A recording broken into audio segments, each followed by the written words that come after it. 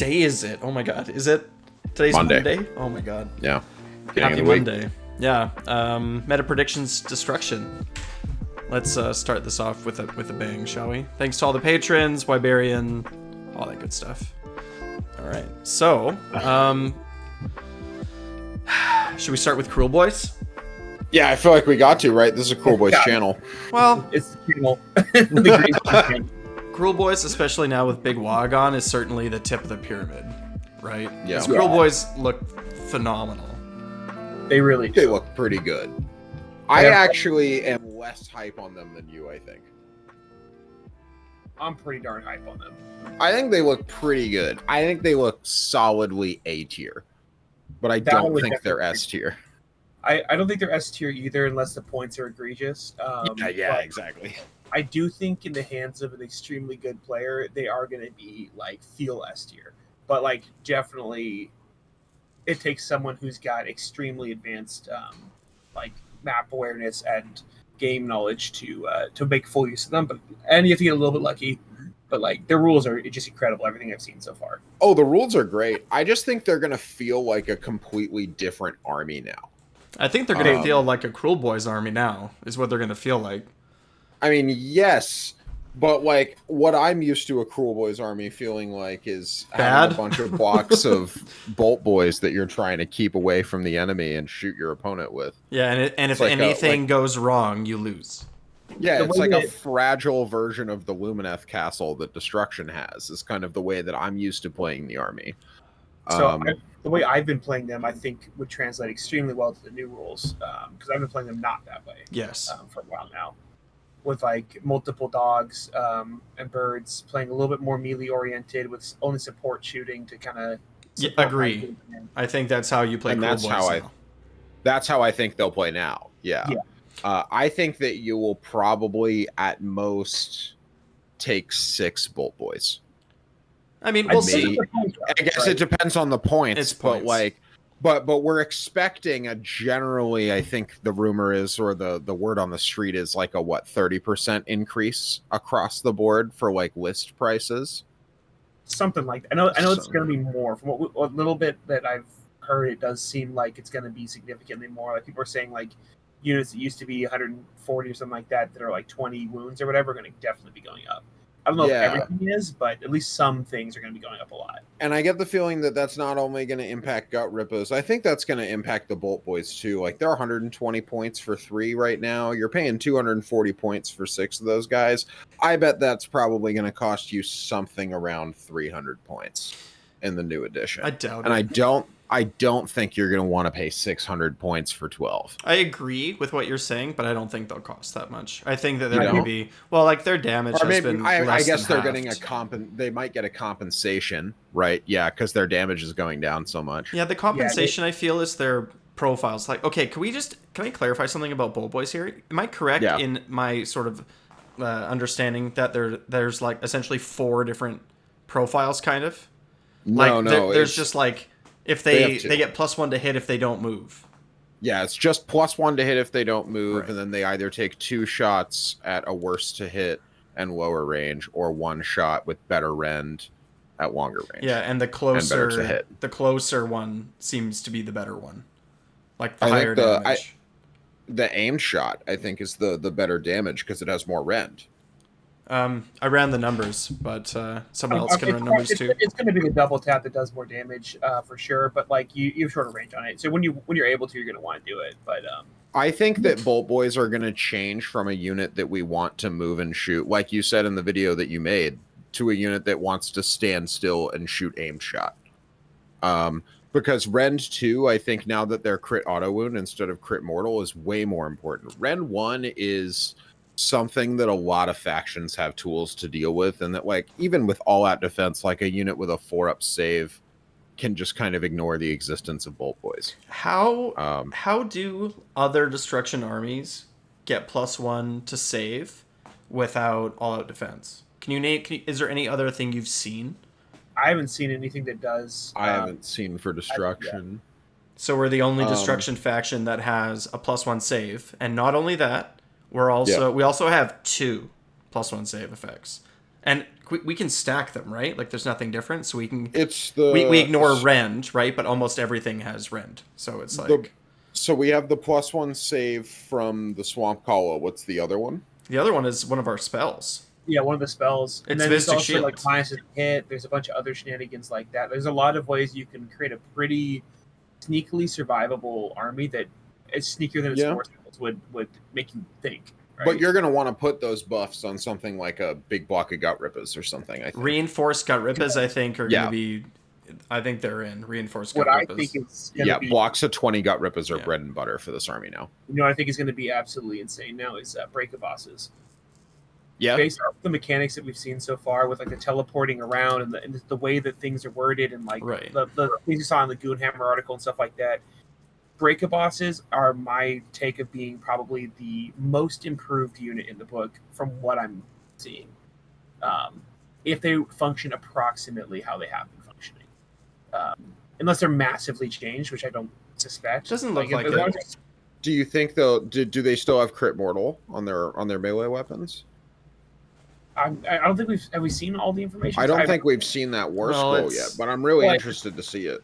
But the sort of role that it plays in the army, that like fairly immobile, like beat stick with regeneration type stuff. Yeah, that's going to be, I think, very good in how Kruleboyz will play because you'll be able to put them where you want them to be with the sneak in. Yeah, you can sneak them. Yeah, and stuff like that. Like they seem really valuable, and if the clubs count for that battalion for giving companions the exploding 6 to hit, like that could, if it works approximately how it did before, they're going to be really, really good, I think.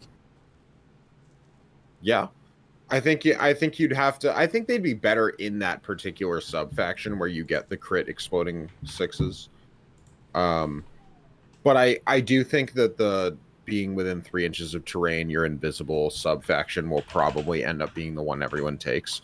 I think that the dead sneaky subfaction is actually kind of a trap. I don't know how you feel about it. Is that the double one where you do twice? Yeah, the one where you sneak twice. My gut says trap. But I think the utility of being invisible outside of 12 is really strong. I think they're all good. I don't feel like that about a lot of people's battalions. But you can take first of all, you can take multiple in one army as far as I'm aware. But so like, a Breakaboss is 3 inches, right? Like you can fit a Breakaboss 3 inches away. What do you mean by that? Like its base size, within 3 of terrain. I think they're on an 80. So they're on 80 millimeters. Breakaboss on my. Oh, just out. That's too bad. Damn. Gnashtooth can, which is kind of cool. Gnashtooth definitely can.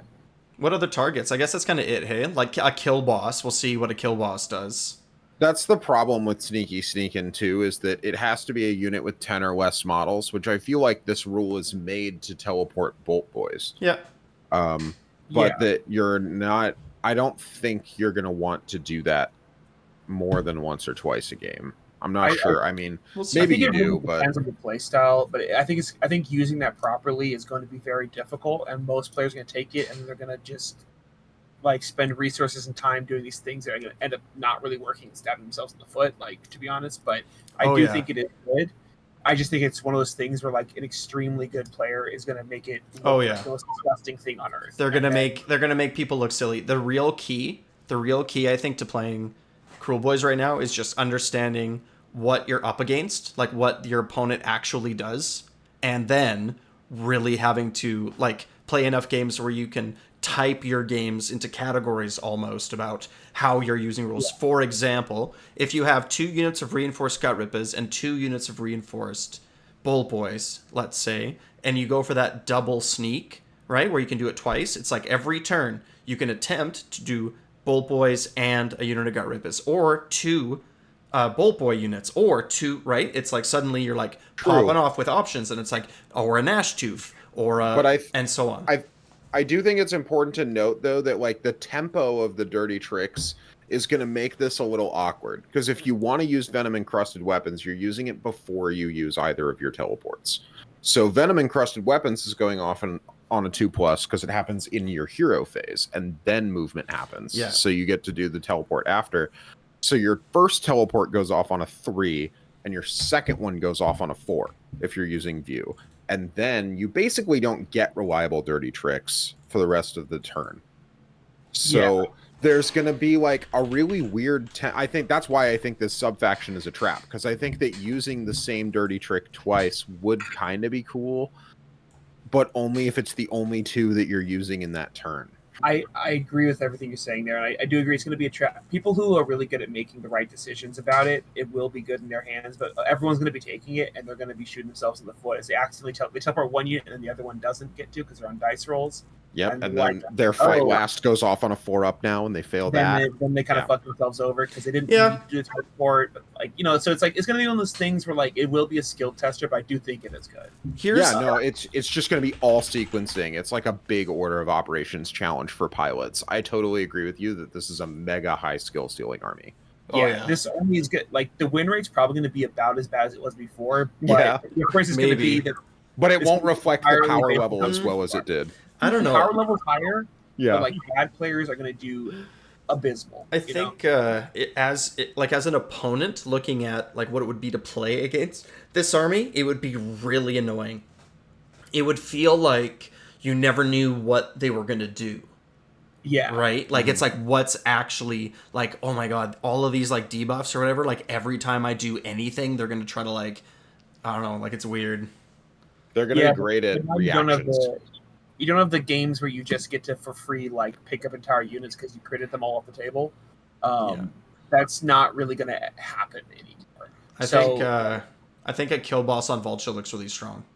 It does. Amazing.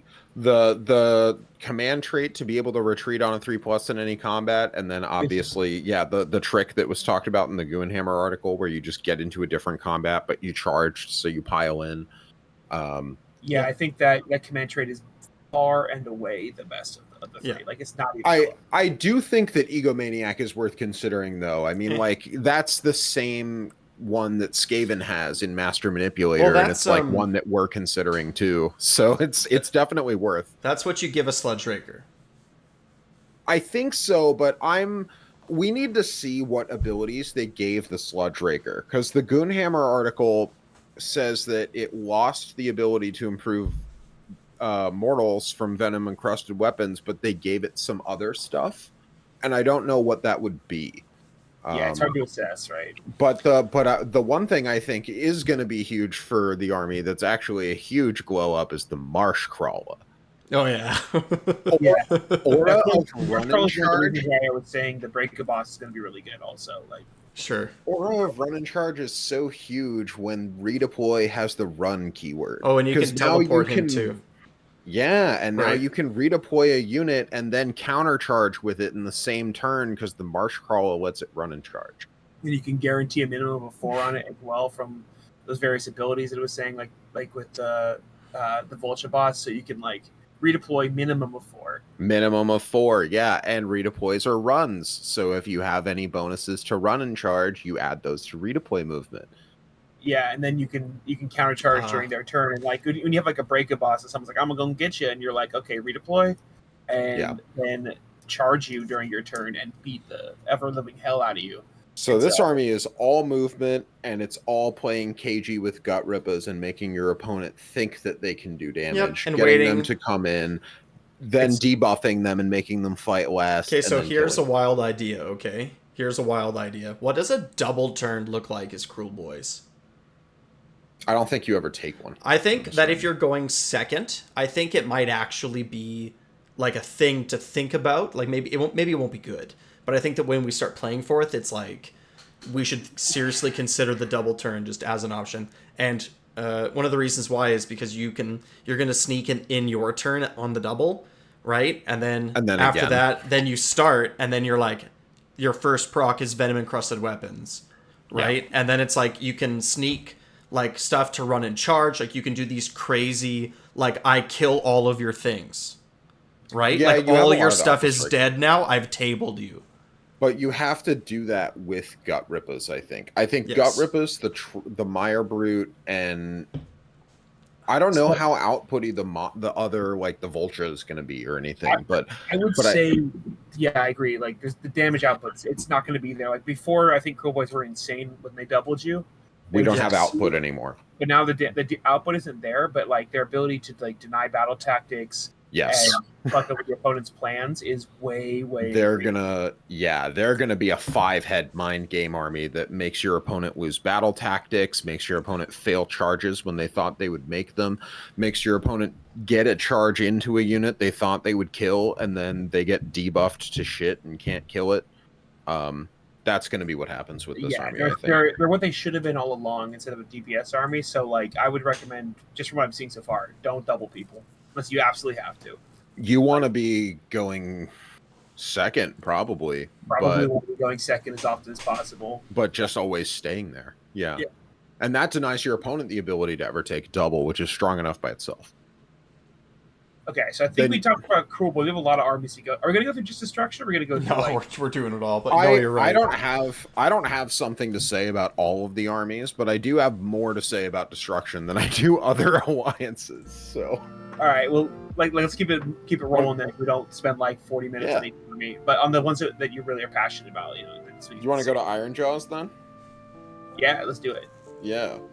I think Ironjaws are going to actually feel like a fist now that's punching you over and over and over again, just with how many more and more and more attacks they have. Like, if you have 2 damage and you're, like, adding 3 attacks to a unit, like, it's just going to be like a fist in the face.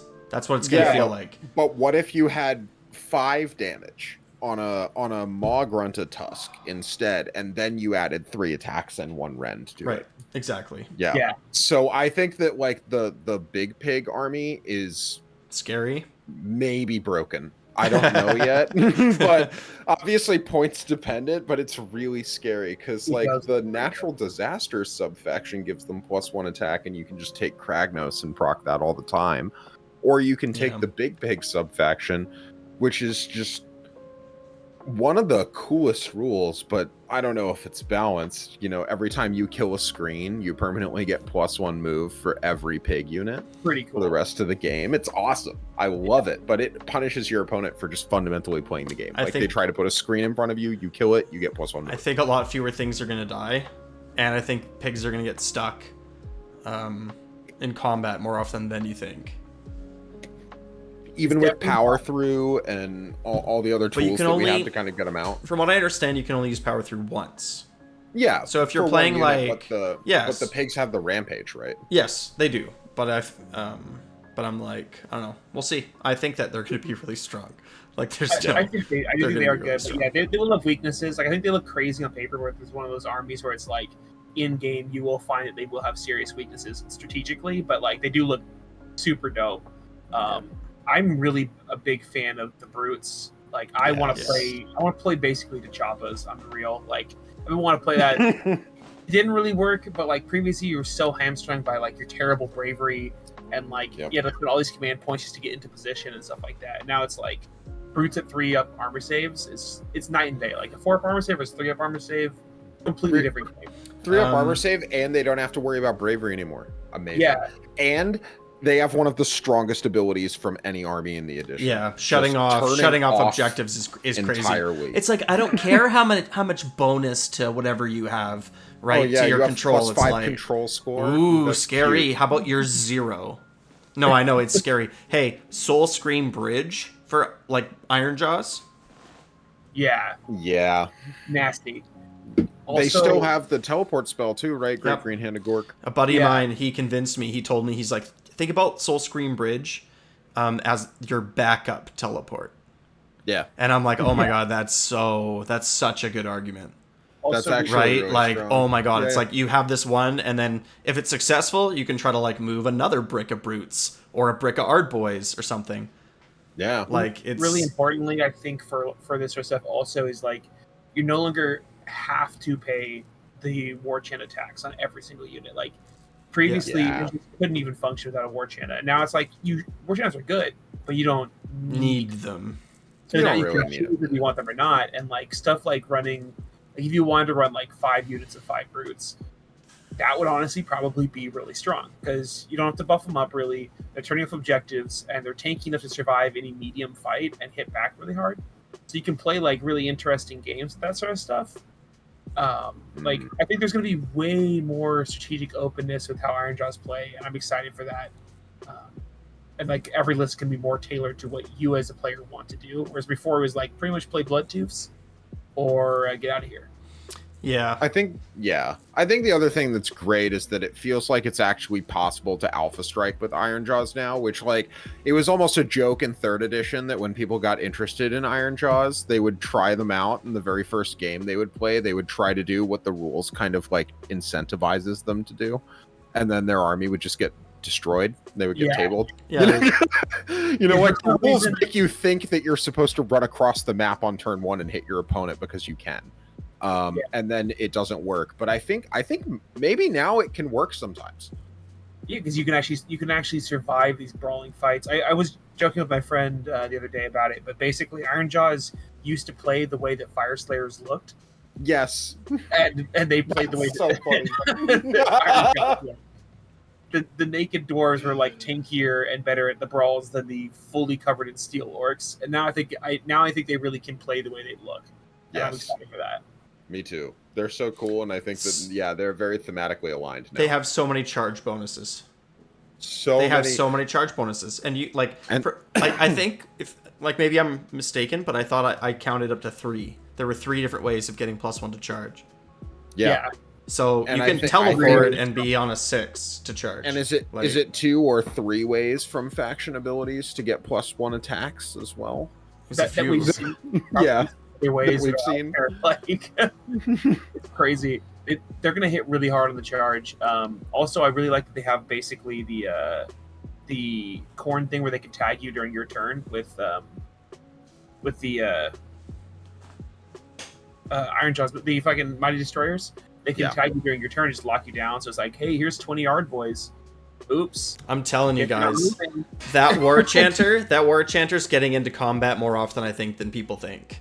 I think that War Chanter's going to jump into combat with a unit of brutes, and the brutes are going to kill the unit that they're fighting. And there's like 3 models left, and the War Chanter's like, bonk. And he's getting all those points. He's going to be doing these really strong prayers. Like, and you can also do cool tricks where you can, like, during the opponent's turn, do the command to do a prayer during their turn just to build up some charge. So during your turn, you can lay down their 3-6 charge and stuff like that. Like, you can really do a lot of cool plays. Everything I'm seeing with them, there's like a million small plays. It's going to reward players that are like the type that take their time with their decisions and are really techy on every individual turn because they're like built to just do a bunch of cool small plays, I think, and then huge hits when they're ready for it. I can't wait. I'm playing. I'm gonna play Kruleboyz, and I'm making my wife play Ironjaws. So okay. I think she's really gonna like it. She's the kind of player who just wants to beat you to death. Like yeah, she'll love it. Yeah, in all the video games, it's like big 2-handed sword, right? Just put the bad thing in front of me and let me just smash it. I'm like, okay, I want to hit the largest damage number that the game can show me. I'm still super like curious about Mighty Destroyers and how Mighty Destroyers is going to work. I can understand why Mighty Destroyers is good once you're stuck into combat, right? And like shifting, and I'm sort of curious about how that's going to feel. I think it's going to feel good, and I don't know what it looks like in the first few turns. I think it's going to be a little bit playstyle dependent. It's the sort of players that like to do nickel and diming type plays where they're just getting small edges left and right. It's great for that. It's going to enable so many small things that are going to be super annoying when the right player does it. You know what will be fun? I think it'll be fun to Mighty Destroyers. Like, okay, so in the first round, you're going to Mighty Destroyers a pig on the flank twice, right? And then you're going to spend a command point and redeploy them forward, right? Yeah. And then on your second turn, and you're going to run them as well, right? On your turn. And then on your second turn, they're going to be basically anywhere. Yeah. They're just going to be like in the most like... With a little bit of resource management, you can pretty much do how you used to move like pigs, except for that it takes a few more steps to do it. Yeah. But it's cool, though. It's cool that it's broken down into these pieces, right? Because your opponent's going to have play too, right? And so you get to like break up your movement into these chunks, right? And moving on their turn, right, is really like it's cool, and you can do it Ironjaws twice on their turn. is becoming like the super buff guy playing chess, where it's just like you have no business being a bodybuilder while also being this good at chess. That's what Ironjaws is going to feel like. And then you just teleport brutes and Ardboys onto objectives. Yeah, and then I think that their fundamental weakness as an army is just mortal wounds. That's the only thing you can do to them. So kill the thing that does mortal wounds. Yeah. Right? Yeah. Get to the slam. And I think Gore Gruntas are going to end up playing a defensive, like, counter play unit, right? I don't think they're going to be, like, the thing that goes out first or the thing that's fighting over objectives. I think it's going to be the thing that, like, sort of guards the heroes. I agree with that. And then, like, because whatever comes through the line, they're there for the +1 damage on the charge, right? They have anti-cav, don't they? Oh, that's interesting. I haven't seen them. If they do, that's even better. Then they serve that role even better. Because they serve that role really well. They sit back and they guard your stuff and they wait for the Chaos Knights to come in. Yep, and then they just hit whatever comes through the line. Bam. Right, whatever. Well, they take out all the units that are going to not be in your morass of infantry units that are tagging things all the time. Yeah. So they're going to take all those little flank units for you. So the battle becomes a brawl in the center, and then you just like, all right, I'm going to win this brawl. And that's exactly where the Cav wants to live, right on the flanks. So they're going to fulfill that role great. I think it feels super thematic, so I'm excited for that. Sons of Behemat. All right. Oh, I'm so stoked to talk about this army because I'm thinking about playing them. I'm stoked in a really specific way to talk about it, and I'm going to say it before you say it, just so I can discussion. I think they're boring and shitty. Oh yeah, all right, 100%. I'll just get some popcorn. Hold on, you guys go at it. Yeah. And I think that they are going to be a 60% plus win rate army at the beginning of the edition, at the very least. Really interesting. Okay. I think they're going to be crazy broken. So they let the Kraken Eater keep the objective kick.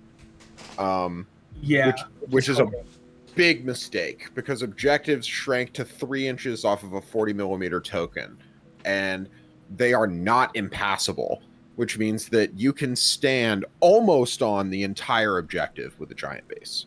Yeah. So good luck fitting 20 control worth of stuff into the 1-inch moon sliver that I leave on the edge. This army, I think, will stand on circles and not die fast enough because they also have a subfaction that gives all of your giants ward 6 up.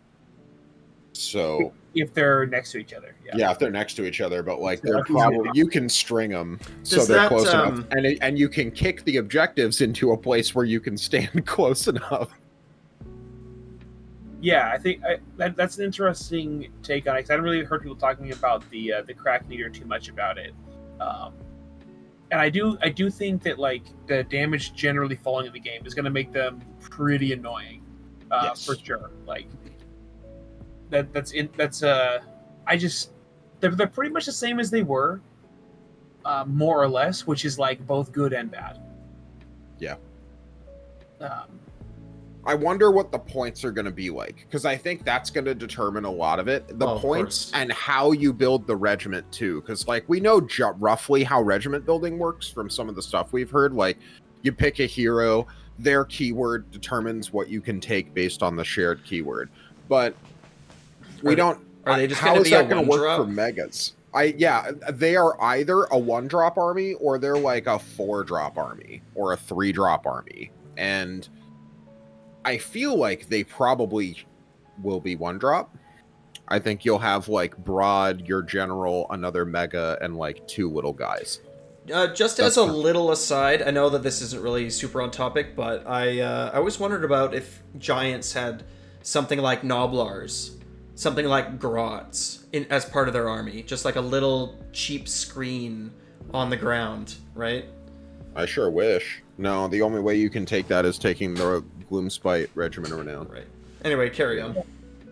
I have some subtle counterpoints that I think are very important about some of the things I've seen. So, like, the GHB got leaked, and like pretty much there's only one mission that only has 3 objectives. Everything else is at least 4, if not more, which definitely impacts Gargants quite a bit. Like, because when there's 3 objectives, it's like, well, shit, I can't take it from them. When there's 4, 5, 6 objectives, it's a lot easier to like kill one giant. All of a sudden, you're like fully able to play the game.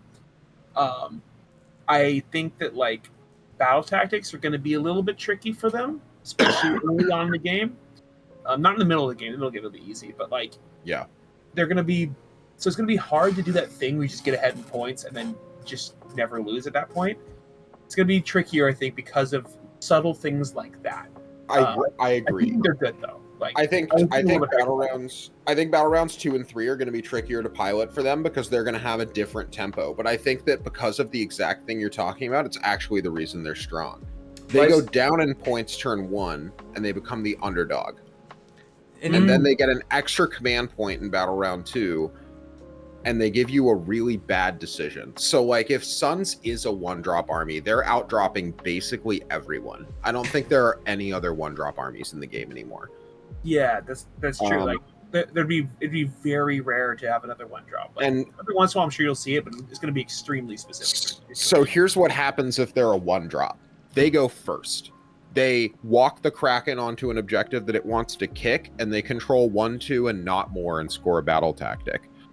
And then they give you the choice to either try to score 1-2 more and a battle tactic and go up and give you the underdog, or to try to even you.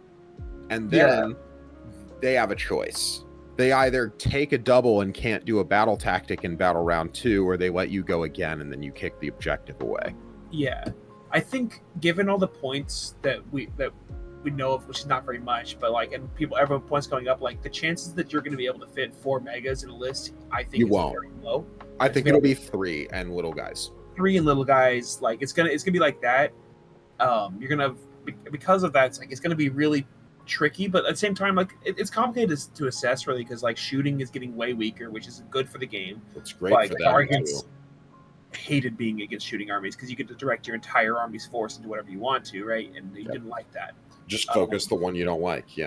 Yeah, so like it's really hard to actually like accurately assess. I like to stir the pot a little bit about it, but I do think they're going to have a higher win rate also based just on simplicity, as the so you can learn the 4th edition without having a complex army on top of that will help a lot in the early parts. Definitely. So it probably will be like the highest win rate army in the first 3 months. It's like for all you guys that got GTs or whatever, like might as well play with like 3 models, and when you're learning the complex new rules of things, you know. It teaches you them in a much more simplistic way. But yeah, I think but you'll lose all the time. Like if you like Gargants, you're going to get the Gargant experience, and I think it'll be slightly probably more fun than it was before. How about Gloomspite Gitz? The Gitz.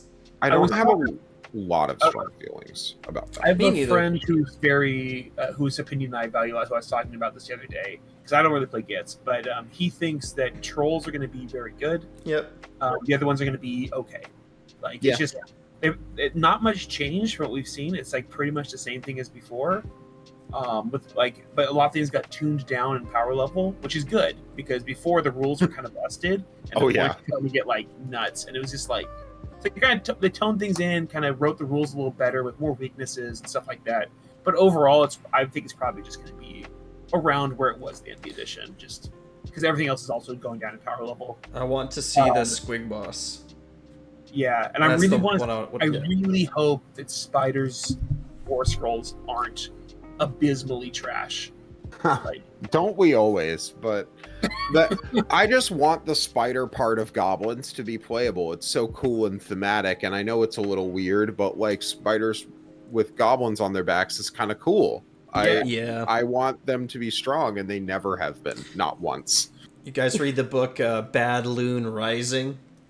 No, I've never read the Warhammer AOS stuff. Oh, dude, this one's written from the perspective of a goblin. Okay. And it's great. Like, it's fantastic. Like, it's definitely worth... I have it on Audible or whatever. Like, is it grammatically written in goblin speak? But it's like also in tone, and it's like in like the like all the characters have names, and so their names are like Gutmunch and like, you know what I mean? No, like they're just they're great. It's great. I just tried to imagine from a writer's perspective what it would be like to write a Skaven novel in like the voice of a Skaven, where you're like repeating words with hyphens and stuff. Yep, that'd be fun. That'd be funny experiment. Yeah. Hey, you guys want to get really depressed and sad right now? You know what else I think? You know what else I think about Gitz from what I've seen? I think that taking a hybrid army might actually be the way to go in Gitz. It might be. Edition. Like mixing trolls and something else, or yeah. It depends on how, like, it's going to depend on the specifics of how things are worded and shit like that. But like, that'd be really cool, and I hope so. I just don't think that like a brick of squigs with a 5-up ward is going to be a thing anymore. No. And without that, I don't think there's anything in like, what do you play that's like an anvil in a squig list? Because before it was your herd, and it's not going to be anymore. Nothing. Right. Yeah. So, but like, you need an anvil. Well, I think we're going back to Moon. Though, without bravery being a thing. Yeah, now just play Grots.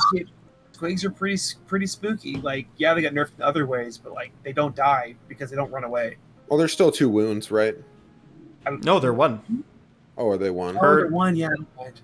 They're more of a hammer. And they have no control. They have a sum of 1 control.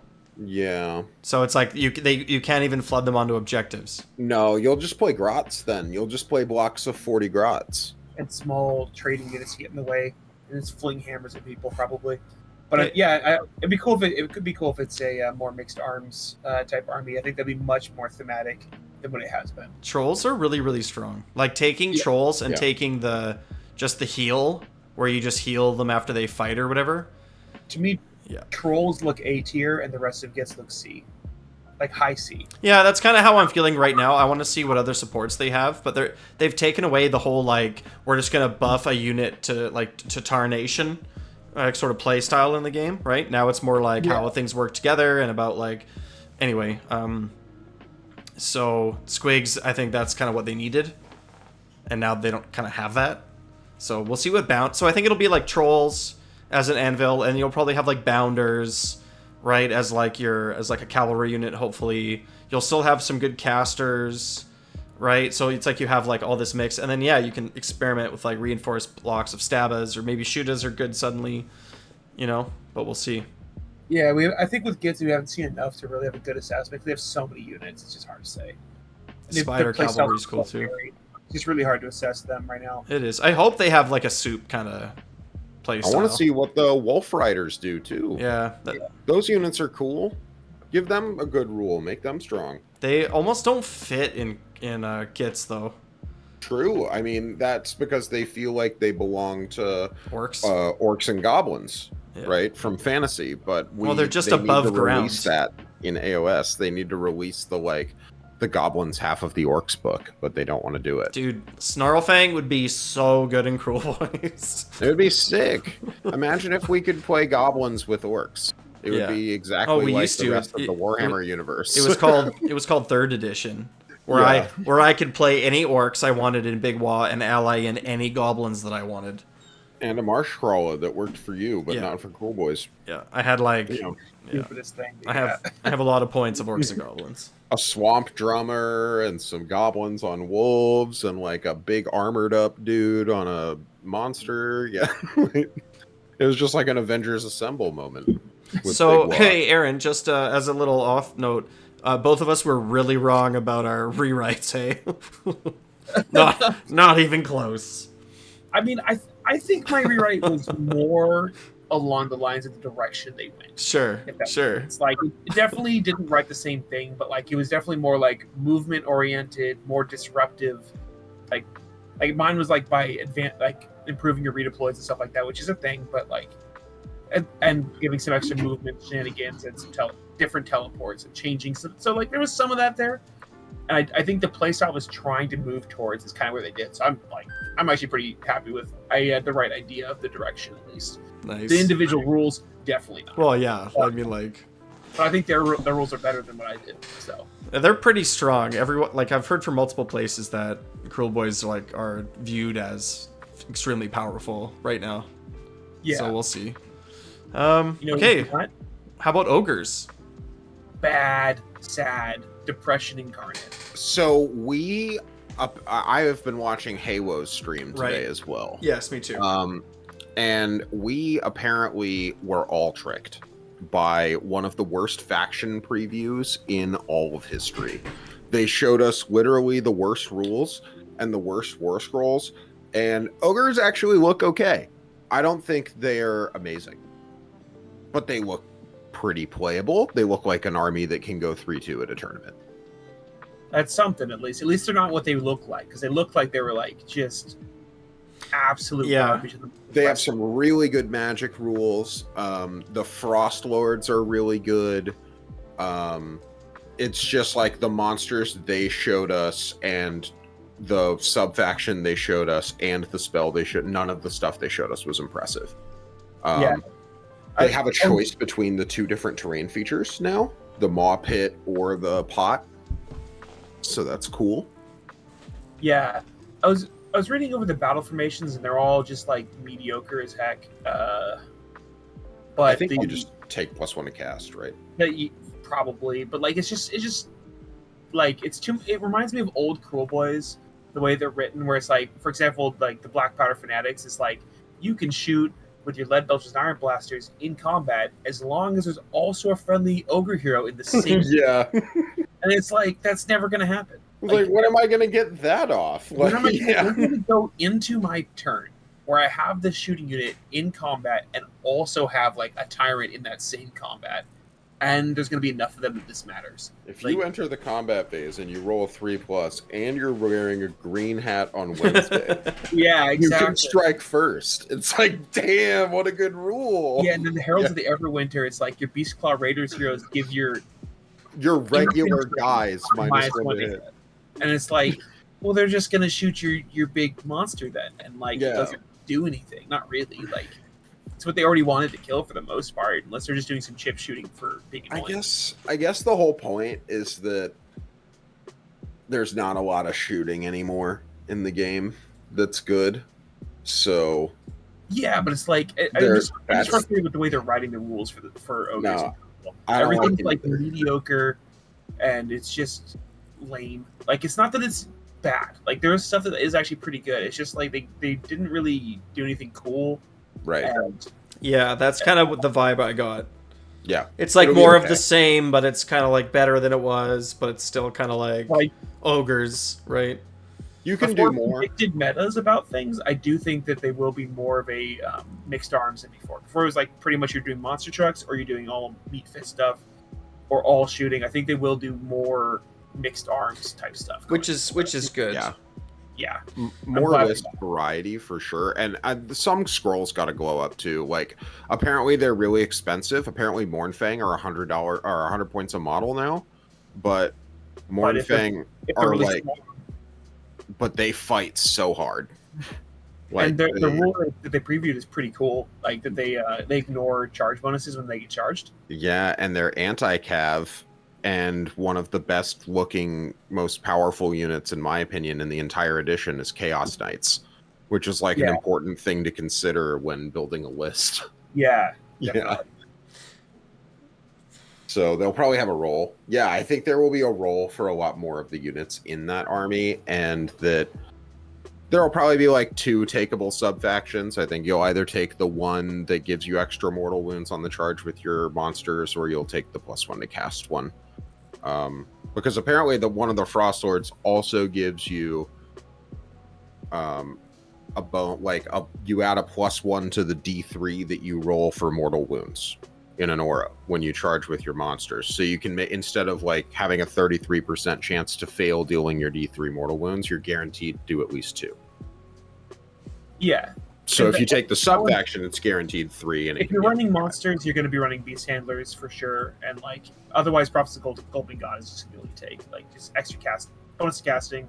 Here's all of your spells. Yep.